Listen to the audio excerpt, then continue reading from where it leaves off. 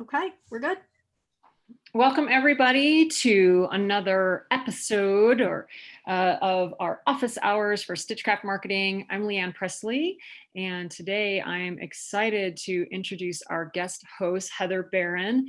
I know Heather in one of those cross-pollinations of another part of my business life through the local SBDC, and I've seen Heather give a lot of presentations, and so I knew that when our team started talking about, what could we talk about as we get close to the holidays, Heather came to mind because she is an amazing teacher on this subject today, which is how to deal with stress of the holidays and to center ourselves and find a calm, peaceful place to move through it. So Heather is an integral life coach. She's been doing that for 12 years. And she's works with folks one-on-one, doing different programs and sessions to teach them how to navigate this thing called life, right? And then Heather's also got another business where she, as she says, she marries people. So she's a wedding officiant also. So thank you so much, Heather, for taking the time to be with us today. And I will let you take it from here. Thanks, Leanne, and thank you for inviting me into this space. This is I loved that Susan popped right in and was saying, who has time for self-care? Now, when we get close to the holidays, we have even less, right? And with the pandemic and everything going on right now, we don't really know what the next several months even look like. So one of the first things to go, especially for women, is very basic self-care. And we get into that sort of cycle, the stress cycle, where action happens, we react. Action happens, we react. And sometimes it feels like we're just putting out fires. And it's really hard to care for ourselves if we're always in that space. So I'm hoping that if you take nothing else away from this, you never look at this, you never get the document that I sent, that these few moments together, you'll let me walk you through just a peaceful moment today, because every peaceful moment matters. And to Susan's point of self-care, I love thinking of it as a self-care sprinkle. I don't teach women to overhaul their lives and suddenly they become these meditating, never annoyed or stressed out beacons of light. I would love to be one of those myself, but I have not figured that out yet. What I do help people find is a way to sprinkle in self-care with everything that we have on our plates. Taking a few sips of water here, stretching for a few moments here while we're waiting on a phone call or waiting on hold, starting to build in that sense of how can I care for myself in this moment so I can carry the weight of life. So for today, Leanne asked me to speak specifically to an exercise I shared in that SBDC space. And it has to do with finding the space in between stimulus and response, in between that action and reaction, creating rather than action, reaction, and we just feel like we're constantly in that space, creating the space between when something happens and when we respond. This idea of the word responsibility, I love thinking of, it's our ability to respond. And when we create the space between the stimulus and then how we respond, it becomes less reactionary, and we find that we can use our breath to find a sense of being at home in ourselves. So I'm going to walk you through that practice. We're going to do it now if you want to, and you're welcome to have your videos off. You're welcome to have them on, but I do invite you to close your eyes. So I'm going to keep mine open just to make sure I don't miss anything in the process that I have written down for you all. But I do this as a practice every day throughout the day. So it has become second nature, and it happens really quickly. It'll sound longer at first for learning how to do this. So when something happens and I feel triggered in some way, annoyed, frustrated, angry, enraged, sad, or victimized, I close my eyes as soon as I'm able to do this. So I close my eyes if I can. Don't do this when you're driving. And I mentally say, I am safe to pause and listen. Then I take 3 deep breaths. And I'm going to invite us to do each of these steps. I'm not going to just tell you. I'd love us to try it. So take a nice deep breath in. We're just going to take a couple of grounding breaths. Another deep breath.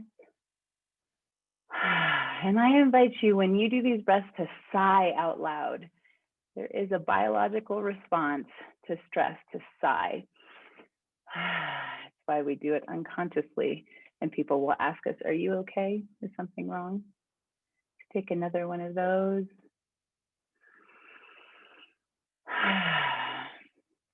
Now we're going to take 3 important breaths. I'm going to walk you through them. Take a nice deep breath in. And I say to myself, I belong here. I belong in this moment exactly as it is. And I have what I need to meet what is mine to be responsible for. I belong here. And I let that idea just settle in. All those inner critic voices, I call them the itty bitty shitty committee, will be going on in your head of just saying, no, that's not right. There's too much to do. I don't belong here. I'm not ready for this. Let those move through, kind of like clouds in the sky, and keep taking a breath in that. I belong here.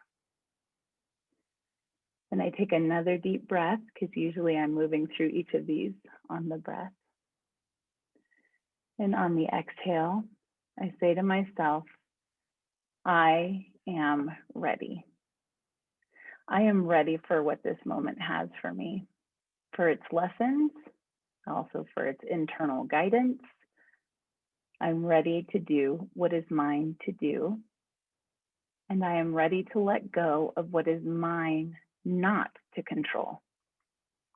Whatever is mine, we take on a lot more responsibility from that sense of ego and personality than may actually be ours, than may actually be doable, which creates a lot of extra stress. I am ready to take on what is mine, and I am ready to release what is not mine. On the third breath, I say to myself, I am not alone. I am not alone because I'm taking a moment to take care of myself. I'm here with myself. I am not alone because right here on this planet, there are other people working through this time as well, finding solutions, wanting to find the best for all of us. I am not alone. And now, depending on your relationships, you can work that in because you have a partner that you love, or you have children who fill your cup, or you have friendships or relationships. So you can take it to that personal space as well. So these 3 breaths I work through are, I belong here, I am ready, I am not alone. This step, this second step here with these 3 things usually helps to calm my reactionary state to a place where I can be sort of more in my right mind, if that makes sense, not that reactionary stress response. Then I continue to allow my breath to flow naturally, and with my eyes still closed, I ask myself, and I've come to the point where I put my hands over my heart because my head, it is misguiding all the time. I overthink things. I have a very strong and obnoxious inner critic. So I put my hands over my heart to remember that there's this part of me that actually below that noise has a lot of wisdom for me. So at this point I ask, what am I feeling right now? And I get really clear on hearing what that feeling is. Maybe I'm angry, but maybe I'm actually sad and I reacted out of anger because I'm just really sad something's going differently than I planned it. Right now, a lot of things are going differently than we could plan them. And we're constantly having to move or pivot, to use the popular word. So asking, what am I feeling right now? And then naming it. I'm afraid. This is fear. I don't know what to expect. I'm disappointed, sad, I'm feeling shame about something I said or did. I'm feeling guilt, despair, hopelessness. Usually it's a negative feeling if I'm doing this activity. So some feeling that is making me uncomfortable. With my hands over my heart, and if you haven't put your hands over your heart at this point, nobody can see you, so try it out. Put your hands over your heart, and I ask a few questions. This is step 4. What deeper wisdom do you have for me, heart? And I speak to my heart as though it is something, a different way of knowing. And so I speak to it, which has been really helpful. I'm not asking my head for an opinion. I'm asking for the deeper wisdom of my heart. What deeper wisdom do you have for me, heart? What do you have for me to know about what I'm feeling right now? Do I need to take action based on what I'm feeling? Or do I just need this moment to be still with this feeling, acknowledging it until it passes? What I've learned in 12 years of working with clients is that when we pause to ask what we're feeling, and then we are still with that feeling, if there is not an action we need to take, the feelings pass really quickly. When we don't do that, they pile up. And that's when somebody will say something to us with the wrong tone that we think is the wrong tone, and it just kind of explodes all those feelings. And people will think we're crazy, and I don't know about you, but I've had those moments many times where something happens and my response is not matching what just happened. So it's kind of retroactive with all of these accumulated feelings. This activity helps us drop in, be with that feeling so that it can move on, and then we can go about our day. So step 5 out of these 6 steps is I ask my heart, what is my next right action? What is my next right step? And then I listen just for a few moments, just to hear. Maybe I need to apologize. Maybe I need to set a boundary. Maybe I need to call and take back something I've committed to and now I'm feeling resentful about. Or maybe I'm not supposed to commit to something that somebody has asked me to do.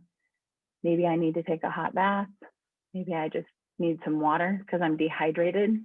I live at 10,500 feet. That is 50% of the time. The answer of what I need to do is drink more water. So I listen for the next right action step. And then step 6, I take 3 more of those deep breaths and I open my eyes.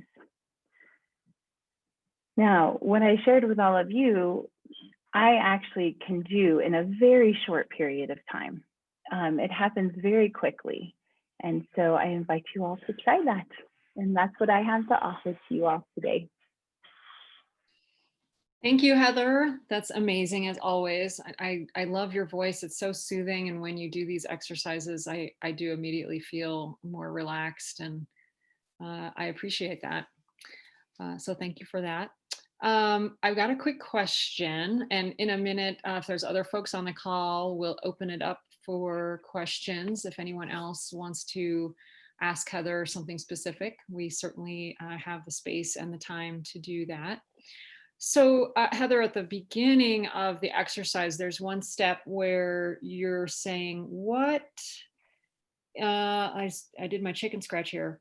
What is it for me to be responsible for in the moment? And so that immediately caught me up because I'm such a controlling person. I feel like everything I'm responsible for and everything I need to control. So when you're in that moment, and of course you've probably got some heightened emotions, how do you answer that question of, what is mine and what is not mine? Do you have any tips for how to separate those? Yeah, that is a big question, right? And so primarily I work with women. So you're not alone, Leanne. We are, I don't know, nobody's got their video on, but I'm sure some of us would raise our hands if we did. That is one of the challenges. And there's this, if I don't do this, it'll never get done. There's all sorts of different ways that exact same thought comes, like, this is my responsibility.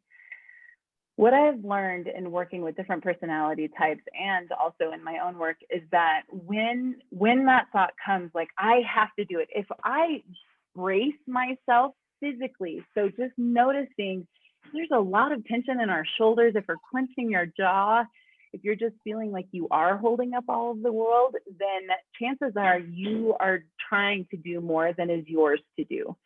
And so asking yourself this one tiny little question, well, I have to do this. Is that true?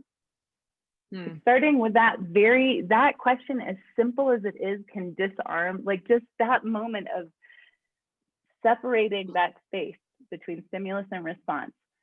Well, I have all these things I have to do. Is that true? Do I have to do these? Which are the ones that at the end of this day, I need to have in place to be healthy? I need to have in place to be ready for something coming. Can I let go of having to make 7 appetizers for this? You know, we're not having a lot of parties right now, but just with the holidays, I was thinking in terms of hosting something, do we have to have 7 things in place so everybody has the most amazing experience? Or could we do 3 of those really well? Right. You know, that question, is that true? Often just creates enough space in that stimulus and response for us to see, are we being over controlling? Because nobody's benefited by that, actually. Yeah.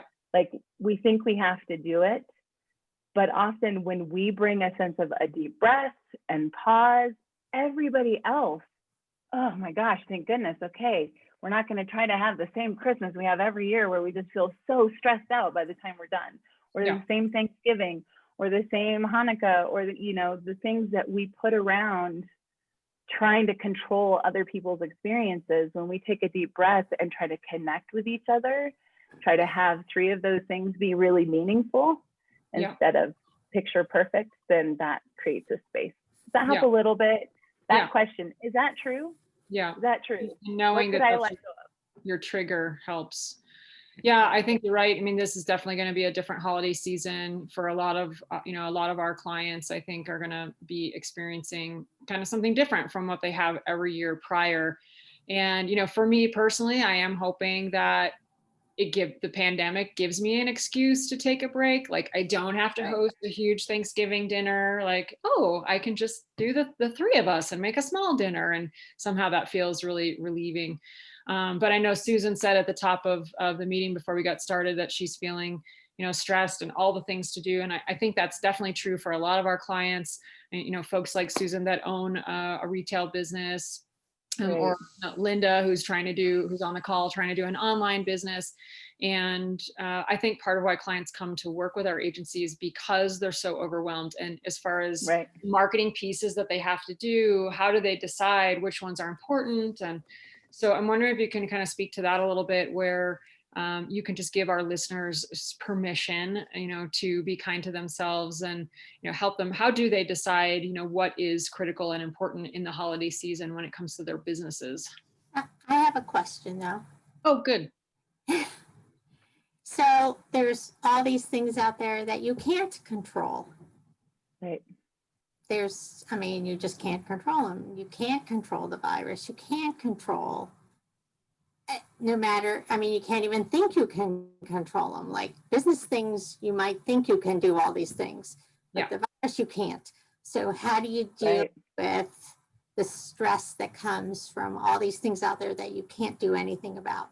Because my kids say, Mom, you can't do anything about it. Stop worrying about it. So that's an issue I have. Things that I can't control that I want to be able to control, because like Leanne, I want to be able to control everything. And why can't I? Yeah, Susan, man, you are asking such a big piece right now. I have for myself, because there are a lot of things I can't control right now, and I really like to control things, especially people's experiences of things. I just want to give everybody the best experience, or the most beautiful thing, or the best gift, or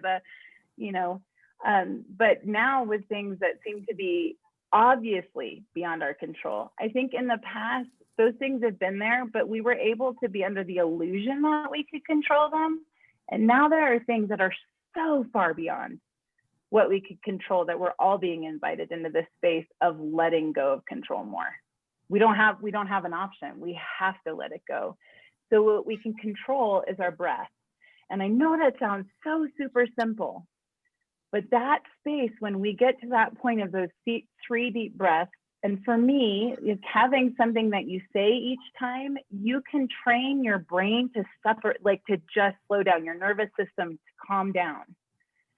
So one of the things that I do is called the square breath.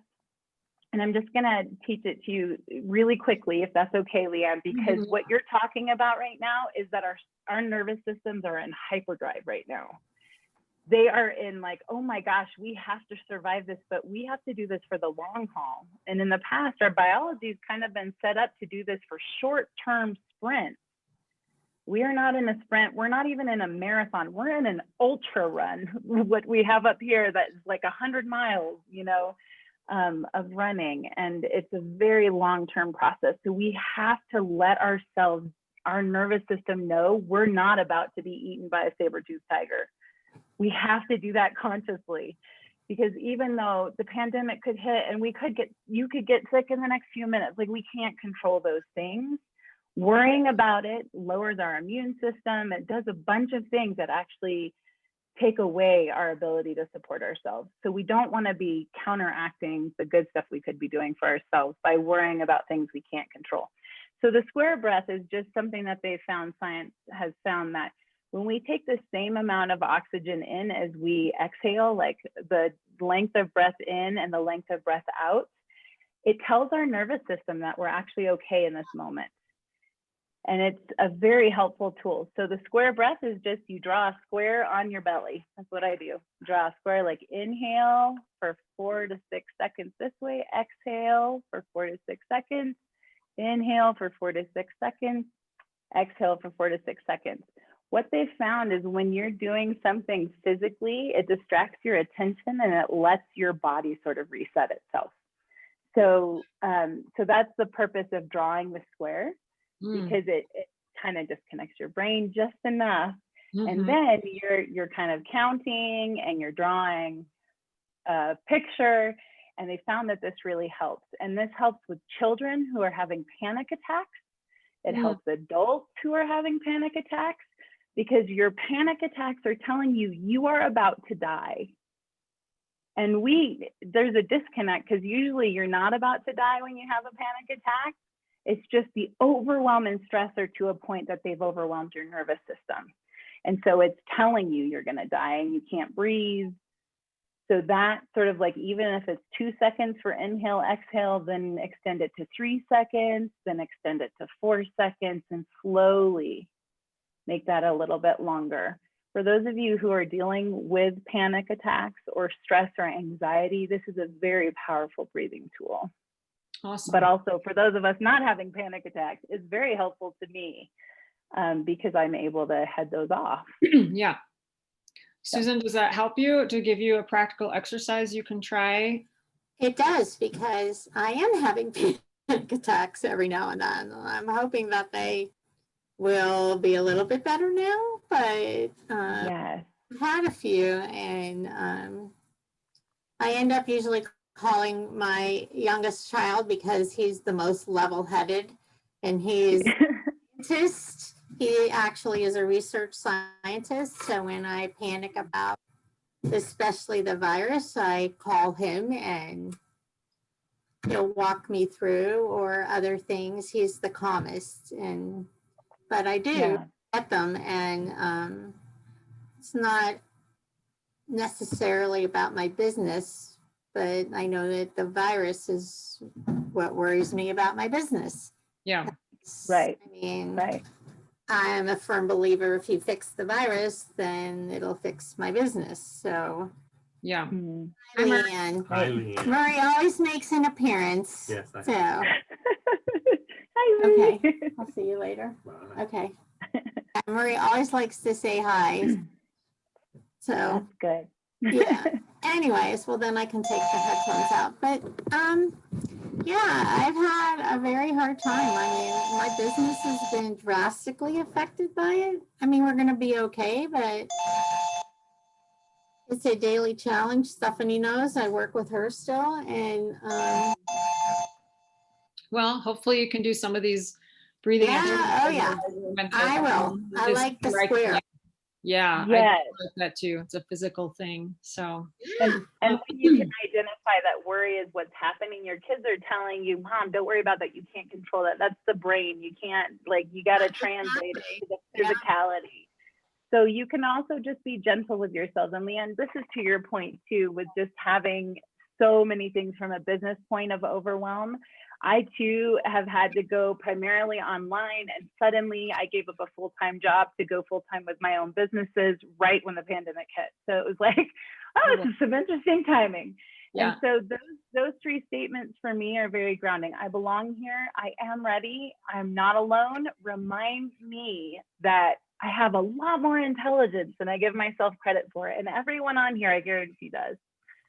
As women, we second guess ourselves a lot. And so that sense of like, I belong here. Okay, so right now in the middle of this pandemic, I belong here doing what I'm doing, what I'm bringing to the world. This is what I'm supposed to do. I am ready because here I am, right here, right now. I have what I need to take the next breath, to make the next choice, to take the next call.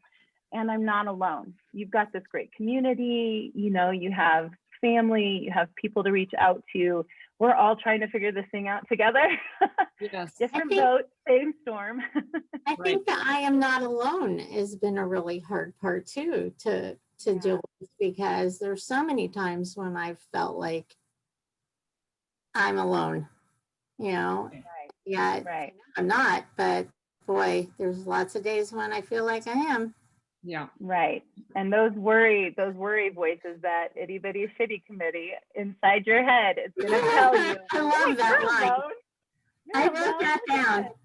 I wrote that down because that's probably going to go right over my desk. Yeah. Don't listen to your itty bitty shitty committee. They can be in the car, but don't let them drive. Don't let them drive. So those breathing exercises, they disconnect them from getting to control and keep you in that worry and anxiety. Awesome. Fantastic. I was going to ask you about the itty bitty shitty committee, but you already addressed it. I think we all have that going on. And I love just the visual of, you know, they can be in the car, but don't let them drive. That's wonderful. So hopefully some of those techniques and skills that you shared with us will get us through the next holiday season. Any other questions, Linda or Susan, that you have for Heather before we wrap up? My team, any questions?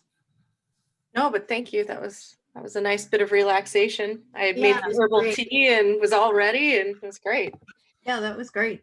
Yes, it was very good. Thank you. Wonderful. And we do have the YouTube recording that we'll put on the Stitchcraft marketing channel. So of course, if anybody is watching this or listening after the fact, just remember you can replay the video and get Heather's exercise in any moment that you might need it, because it is available for you on demand.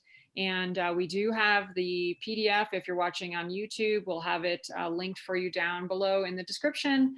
And those of you that are on the live call, we will send you a direct email of Heather's 5-step exercise. So you can print it out and put it right on your desk.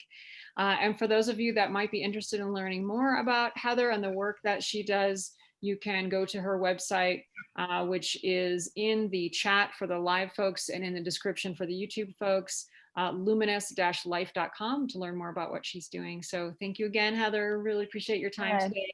Hope you have a wonderful holiday season. And thank you to everybody for joining. And You all as well. Just a final note, our next session of office hours is going to be on December 8th, and we're going to do a little bit of a wrap up because my, what a year this has been. And we also have a few resources that are looking forward towards 2021 in terms of social media trends and some of those kinds of things. So we'll kind of do a little wrap up and preview, and then we will probably go back to scheduling our office hours every 2 weeks once we start the new year. But our final session for the year is going to be December 8th. Right. And Laura, I'll remind everybody, if you haven't already mentioned it, if you're watching this on YouTube and you want to get a regular reminder about when our office hours are and what the topics are, you can sign up for our newsletter, and then you'll get a push notification right to your inbox.